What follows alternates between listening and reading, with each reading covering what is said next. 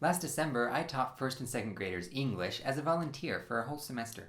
I prepared daily materials for hands-on lessons and taught 8 small classes throughout the day. I quickly noticed that each class had a different personality, and no matter how well I planned that lesson, it would not always go according to plan. One student had a hard time paying attention and often distracted other kids. I used a behavior chart that led to prizes, which helped the kids behave, but any mark against this student led to outbursts which quickly distracted from the lesson.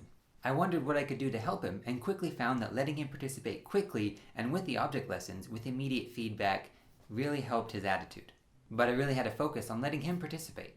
By the end of the semester, I was proud of how much English he had picked up. My ability to notice individual kids' needs and adjust to that will help me be a good candidate for this position as a after-school tutor, teacher, whatever it might be.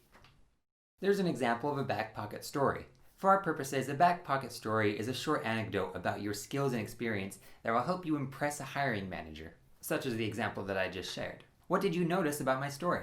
Here are 3 things to keep in mind. Avoid the tendency to talk about we or they. Notice how many times I said I. You may feel a little uneasy talking so much about yourself, but you are exactly what the hiring manager wants to know about, so they can decide if you're a good fit for the job. They want to know how you behave in difficult circumstances and what skills you have. I know it can be hard to lose the habit of saying we, especially in team experiences, but your story will have greater impact if you focus on the part that you personally played instead of using general descriptions. Number 2, I tried to use active voice. I used verbs like taught, studied, found, and notice. Talk about things that you did and shy away from stories that happened to you. It's about making your actions the focus. Let's practice. How could you make these examples active? I was sent. I was asked to. I was offered. I was sent. How about instead using I went? How about instead of I was asked to, I accepted? Maybe instead of I was offered, I decided to. These are just some small examples, but the point is to practice active voice. Using active voice will help your experiences stand out. But remember, never stretch the truth. If you didn't play an active role in an experience, then find another one.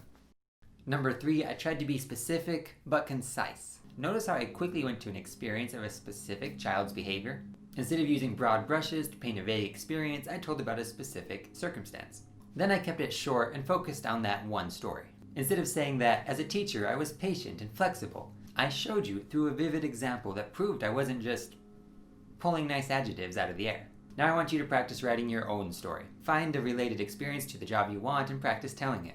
The ability to write short anecdotes that proves your skills is essential to a good cover letter. And as a bonus, if you keep a few of these success stories in your back pocket, it'll help you ace those interviews. Once you've got a story, you're ready for the next step, writing your cover letter.